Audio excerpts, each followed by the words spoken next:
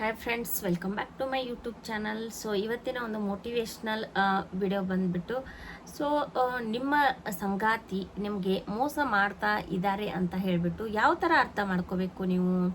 ನಿಮ್ಮ ಜೊತೆ ಇರೋ ಪ್ರೀತಿ ಮಾಡೋ ವ್ಯಕ್ತಿ ನಿಮಗೆ ಮೋಸ ಮಾಡ್ತಾ ಇದ್ದಾರೆ ಅಂತ ಹೇಳಿ ನಿಮಗೆ ಗೊತ್ತಾಗಲ್ಲ. ಯಾವ ಥರ ಅದನ್ನು ಅರ್ಥ ಮಾಡ್ಕೋಬೇಕು? ಆ ವ್ಯಕ್ತಿಗೆ ಏನಾಗಿರ್ಬೋದು, ಯಾಕೆ ಮೋಸ ಮಾಡ್ತಾ ಇದ್ದಾರೆ ಅಂತ ಹೇಳಿ ತಿಳ್ಕೊಬೇಕು ಅಂತ ಅಂದರೆ ಈ ವಿಡಿಯೋನ ಎಲ್ಲೂ ಸ್ಕಿಪ್ ಮಾಡದೆ ನೋಡಿ ಅಂತ ಹೇಳ್ತೇನೆ. ಆವಾಗ ನಿಮಗೆ ಅರ್ಥ ಆಗುತ್ತೆ ಯಾವ ಥರ ಆ ವ್ಯಕ್ತಿ ಜೊತೆ ಇರಬೇಕು, ಏನು ಮಾಡಬೇಕು ಅನ್ನೋದು ಇವತ್ತಿನ ಒಂದು ವಿಡಿಯೋ ಆಗಿದೆ. ಸೊ ಮೊದಲೇದಾಗಿ ಬಂದುಬಿಟ್ಟು ಸಡನ್ನಾಗಿ ಅವರು ಬದಲಾಗ್ತಾರೆ. ಮುಂಚೆ ಇದ್ದ ಒಂದು ಪ್ರೀತಿ ನಮಗೆ ಅವರು ತೋರಿಸಲ್ಲ. ಆಮೇಲೆ ಮೊದಲಿನ ಥರ ನಮ್ಮ ಜೊತೆ ಮಾತಾಡಲ್ಲ. ಒಟ್ಟಿನಲ್ಲಿ ಮೊದಲಿನ ಥರ ಅವರು ನಮ್ಮ ಜೊತೆ ಬಿಹೇವ್ ಮಾಡಲ್ಲ. ಅದನ್ನು ನಾವು ಅರ್ಥ ಮಾಡ್ಕೋಬೇಕು. ಆವಾಗ ನಮಗೆ ಗೊತ್ತಾಗುತ್ತೆ ಇವರು ನಮಗೆ ಮೋಸ ಮಾಡ್ತಾ ಇದ್ದಾರೆ ಅಂತ ಹೇಳ್ಬಿಟ್ಟು ಅರ್ಥ ಆಗುತ್ತೆ ಅಲ್ಲಿ. ಆಮೇಲೆ ಸೀಕ್ರೆಟ್ಸ್ಗಳನ್ನು ಮೇಂಟೈನ್ ಮಾಡ್ತಾ ಇದ್ದಾರೆ. ನಮ್ಮ ಕಡೆ ಕಾನ್ಸಂಟ್ರೇಷನ್ನೇ ಇರಲ್ಲ ಅವರಿಗೆ. ನಾವು ಏನೇ ಒಂದು ಹೇಳ್ತಾ ಇರುವಾಗ ಅವರಿಗೆ ನಮ್ಮ ಕಡೆ ಕಾನ್ಸಂಟ್ರೇಷನ್ ಇರಲ್ಲ. ಸೊ ಅವರು ಬೇರೆ ಕಡೆನೇ ಕಾನ್ಸಂಟ್ರೇಟ್ ಮಾಡ್ತಾ ಇರ್ತಾರೆ. ಆ ಥರ ಎಲ್ಲ ನಾವು ಅರ್ಥ ಮಾಡ್ಕೋಬೇಕು. ಆಮೇಲೆ ಸ್ವಲ್ಪ ಸ್ವಲ್ಪ ಇದ್ರೂ ಅದನ್ನು ದೊಡ್ಡದಾಗಿ ಜಗಳ ಮಾಡ್ತಾರೆ ಅವರು. ಅಂದರೆ ಸ್ವಲ್ಪ ಏನಾದರೂ ಅಂದರೆ ಸಾಕು ತುಂಬ ಜಗಳ ಮಾಡೋಕ್ಕೆ ಸ್ಟಾರ್ಟ್ ಮಾಡಿಬಿಡ್ತಾರೆ. ಜೋರಾಗಿ ಜಗಳ ಮಾಡ್ತಾ ಇರ್ತಾರೆ. ಸೊ ಆವಾಗೂ ಕೂಡ ನಾವು ಅರ್ಥ ಮಾಡ್ಕೋಬೋದು. ಆಮೇಲೆ ನೆಕ್ಸ್ಟ್ ಬಂದುಬಿಟ್ಟು ಮೊಬೈಲ್ ಕೂಡ ಅವರು ಮೇಂಟೈನ್ ಮಾಡ್ತಾ ಇರ್ತಾರೆ. ಸೀಕ್ರೆಟಾಗಿ ಮೇಂಟೈನ್ ಮಾಡಿ ಮೊಬೈಲ್ ಲಾಕ್ ಹಾಕೋದು, ನಮಗೆ ಲಾಕ್ ಹೇಳದೇ ಇರೋದು, ಮೊಬೈಲು ಸ್ವಿಚ್ ಆಫ್ ಮಾಡೋದು ನಮ್ಮ ಹತ್ರ ಇದ್ದಾಗ, ಈ ಥರ ಎಲ್ಲ ಅವರು ಮಾಡ್ತಾ ಇರ್ತಾರೆ. ಆವಾಗ ನಾವು ಅರ್ಥ ಮಾಡ್ಕೊಂಡ್ಬಿಡ್ಬೇಕು ನಮಗೆ ಆ ವ್ಯಕ್ತಿ ಮೋಸ ಮಾಡ್ತಾ ಇದ್ದಾನೆ ಅಂತ. ನಾವು ಸಡನ್ನಾಗಿ ಈ ಥರ ಎಲ್ಲನೂ ನಾವು ಗಮನಿಸಿದ್ರೆ ಮಾತ್ರ ನಮಗೆ ಗೊತ್ತಾಗುತ್ತೆ. ಆಮೇಲೆ ನೆಕ್ಸ್ಟ್ ಬಂದುಬಿಟ್ಟು ಸುಳ್ಳುಗಳನ್ನು ಹೇಳ್ತಾರೆ. ಆಮೇಲೆ ನಾವೊಂದು ಏನಾದರೂ ಕೇಳಿದ್ರೆ ಅದಕ್ಕೆ ಸರಿಯಾದ ಉತ್ತರನ ಅವರು ಕೊಡಲ್ಲ. ಆಮೇಲೆ ಸರಿಯಾಗಿ ರೆಸ್ಪಾನ್ಸ್ ಮಾಡಲ್ಲ. ಆ ಉತ್ತರಕ್ಕೆ ನಮ್ಮ ಒಂದು ಪ್ರಶ್ನೆಗೆ ಸರಿಯಾದ ಉತ್ತರನೇ ಕೊಡಲ್ಲ ಅವರು. ಅಂದರೆ ನಮಗೆ ಬೇರೆ ಏನಾದರೂ ಹೇಳ್ಬಿಡ್ತಾರೆ. ಆಮೇಲೆ ನಮ್ಮ ಜೊತೆ ಕಡಿಮೆ ಮಾತಾಡೋದು, ಮೊದಲಿನ ಥರ ಮಾತಾಡೋದಲ್ಲ. ಆವಾಗ ನಾವು ಅರ್ಥ ಮಾಡ್ಕೋಬೇಕು ಈ ವ್ಯಕ್ತಿ ನಮಗೆ ಮೋಸ ಮಾಡ್ತಾ ಇದ್ದಾರೆ ಅಂತ ಹೇಳ್ಬಿಟ್ಟು ನಾವು ಅರ್ಥ ಮಾಡ್ಕೋಬೇಕು. ಆಮೇಲೆ ಎಲ್ಲ ಹೇಳ್ತಾ ಇರ್ತಾರೆ ಅವರು. ಮೊದಲು ನನಗೆ ಅಲ್ಲಿ ಈ ಥರ ಆಯಿತು, ಕೆಲಸಕ್ಕೆ ಹೋಗಿದ್ದೆ, ಆ ವರ್ಕಲ್ಲಿ ಇದ್ದಾಗ ನನಗೆ ಈ ಥರ ಆಯಿತು, ಪ್ರಾಬ್ಲಮ್ ಆಯಿತು, ಈ ಥರ ಎಲ್ಲ ನಾನು ಚೆನ್ನಾಗಿ ಕೆಲಸ ಮಾಡಿದೆ, ಇವತ್ತು ಹೀಗೆ ಮಾಡಿದೆ ಅಂತ ಹೇಳ್ಬಿಟ್ಟು ಅವ್ರ ದಿನಚರಿ ಎಲ್ಲ ನಮ್ಮ ಮುಂದೆ ಅವಾಗ ಮೊದಲು ಹೇಳ್ತಾ ಇರ್ತಾರೆ. ಇವಾಗ ಅವುಗಳನ್ನೆಲ್ಲ ನಮ್ಮ ಮುಂದೆ ಹೇಳ್ತಾ ಇರಲ್ಲ ಅವರು. ಆವಾಗ ನೀವು ಅರ್ಥ ಮಾಡ್ಕೊಂಬಿಡ್ಬೇಕು ಮೊದಲಿನ ಥರ ಅವರು ಇಲ್ಲ, ಇವಾಗ ನನಗೆ ಮೋಸ ಮಾಡ್ತಾ ಇದ್ದಾರೆ ಅಂತ ತಿಳ್ಕೊಬೇಕು. ನೆಕ್ಸ್ಟ್ ಬಂದ್ಬಿಟ್ಟು ಅವ್ರು ಏನು ಮಾಡ್ತಾ ಇರ್ತಾರೆ ಅಂತಂದರೆ, ನೆಕ್ಸ್ಟ್ ನಮ್ಮಿಂದ ದೂರ ಇರೋಕ್ಕೆ ಪ್ರಯತ್ನ ಪಡ್ತಾರೆ ಅವರು.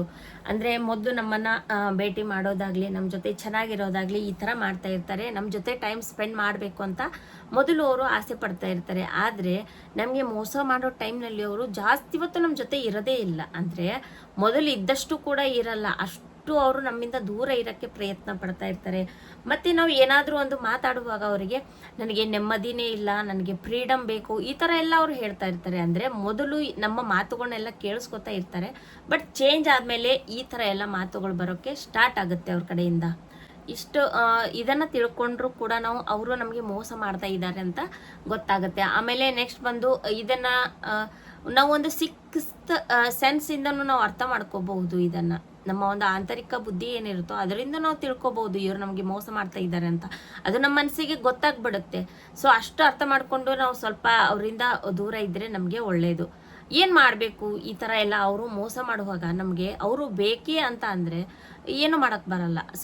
ಕೆಲವೊಂದಿಷ್ಟು ಟಿಪ್ಸ್ಗಳನ್ನು ಫಾಲೋ ಮಾಡಬೇಕು. ಅವ್ರು ಬೇಕು ಅಂದರೆ ಏನು ಮಾಡಬೇಕು ಅಂದರೆ, ನಾವು ಏನಾದರೂ ಕೇಳಬೇಕಂದ್ರೆ ಅವ್ರಿಗೆ ಸಡನ್ನಾಗಿ ಕೇಳಬಾರ್ದು. ನೀನು ಈ ಥರ ತಪ್ಪು ಮಾಡ್ತಾ ಇದೆಯಾ ಅಂತ ಹೇಳ್ಬಿಟ್ಟು ನಾವು ಅವರಿಗೆ ತಪ್ಪನ್ನು ಅವ್ರ ಮೇಲೆ ಹೊರಿಸ್ಬಾರ್ದು.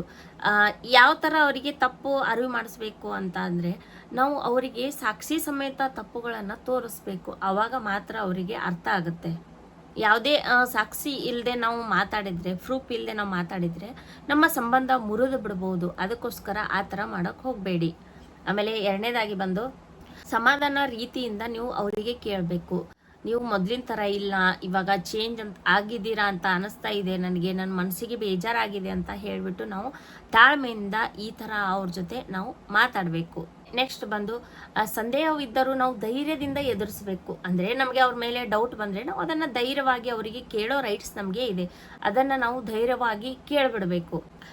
ಕೊನೆಯದಾಗಿ ಬಂದು ನಿಮ್ಮ ಮೌಲ್ಯವನ್ನು ನೀವು ನೆನಪಿಸ್ಕೊಳ್ಬೇಕು. ಅಂದರೆ ನಿಮ್ಮ ಬೆಲೆಯನ್ನು ನೀವು ತಿಳ್ಕೋಬೇಕು. ಇಲ್ಲಿ ಆ ವ್ಯಕ್ತಿ ನಮಗೆ ಮೋಸ ಮಾಡ್ತಾ ಇದ್ದಾನೆ ಅಂತ ಗೊತ್ತಿದ್ರೂ ಕೂಡ ನಾವು ಅವರಿಗೆ ಬೆಲೆ ಕೊಡಬಾರ್ದು, ಅಷ್ಟಕ್ಕಷ್ಟೇ ಇದ್ದು ಬಿಡಬೇಕು.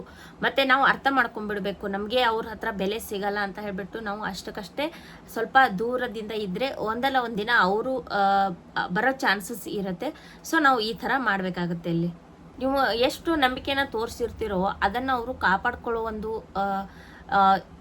ಗುಣ ಅವ್ರ ಕಡೆ ಇರಬೇಕು, ಅದು ಅವ್ರ ಹತ್ರ ಬರಬೇಕು. ಆ ಥರ ನಾವು ಇರಬೇಕು ಅವ್ರ ಜೊತೆ. ಇಷ್ಟೆಲ್ಲ ನೀವು ಅರ್ಥ ಮಾಡಿಕೊಂಡು ಜೀವನ ಮಾಡಿದರೆ ಮತ್ತೆ ವಾಪಸ್ ಬರಬಹುದು. ಆ ವ್ಯಕ್ತಿ, ಮೋಸ ಮಾಡಿದ ವ್ಯಕ್ತಿ ಮತ್ತೆ ಬರಬಹುದು. ಸೊ ಅದಕ್ಕೋಸ್ಕರ ಮೋಸ ಮಾಡ್ತಾ ಇದ್ದಾರೆ ಅಂತ ಗೊತ್ತು ಮಾಡ್ಕೋಬೇಕು ಅಂದರೆ ಇವುಗಳನ್ನೆಲ್ಲ ಫಾಲೋ ಮಾಡಬೇಕು. ಮತ್ತು ಆ ಒಂದು ಮೋಸಕ್ಕೆ ಪರಿಹಾರಗಳನ್ನು ಕೂಡ ನಾನು ಹೇಳಿದ್ದೇನೆ. ಅಂದರೆ ಅವರನ್ನು ಯಾವ ಥರ ಚೇಂಜ್ ಮಾಡಬೇಕು ಅನ್ನೋದನ್ನು ಕೂಡ ನಾನು ಹೇಳಿದ್ದೇನೆ. ಅಷ್ಟಕ್ಕೂ ಮೀರಿನೂ ಅವರು ಚೇಂಜ್ ಆಗಲಿಲ್ಲ, ನಿಮ್ಮನ್ನು ತಿಳ್ಕೊಳ್ಳಿಲ್ಲ, ನಿಮ್ಮನ್ನು ಅರ್ಥನೇ ಮಾಡ್ಕೊಳ್ಳಿಲ್ಲ ಅಂದರೆ ಅವರಿಂದ ನಾವು ದೂರ ಇರೋದೇ ಬೆಸ್ಟ್ ಅಂತ ನನಗೆ ಅನಿಸುತ್ತೆ. ಸೊ ಇಷ್ಟು ಹೇಳಿ ಈ ವಿಡಿಯೋನ ಎಂಡ್ ಮಾಡ್ತಾ ಇದ್ದೇನೆ. ಮತ್ತೆ ನಾನು ನಿಮಗೆ ಮುಂದಿನ ವಿಡಿಯೋದಲ್ಲಿ ಸಿಗ್ತೇನೆ. ನನ್ನ ಚಾನಲ್ ಯಾರೆಲ್ಲ ಸಬ್ಸ್ಕ್ರೈಬ್ ಮಾಡ್ಕೊಂಡಿಲ್ಲ ದಯವಿಟ್ಟು ಸಬ್ಸ್ಕ್ರೈಬ್ ಮಾಡ್ಕೊಳ್ಳೋದನ್ನು ಮರಿಬೇಡಿ. ಹಾಗೆ ಒಂದು ಲೈಕ್ ಕೊಡೋದನ್ನು ಮರಿಬೇಡಿ. ಹಾಗೆ ಒಂದು ಕಮೆಂಟ್ ಹಾಕಿ ಅಂತ ಹೇಳ್ತಾ ಈ ವಿಡಿಯೋನ ಎಂಡ್ ಮಾಡ್ತಾ ಇದ್ದೇನೆ ಸ್ನೇಹಿತರೆ. ಮತ್ತೆ ನಾನು ನಿಮಗೆ ಮುಂದಿನ ವಿಡಿಯೋದಲ್ಲಿ ಸಿಗ್ತೇನೆ. ಬಾಯ್ ಬಾಯ್.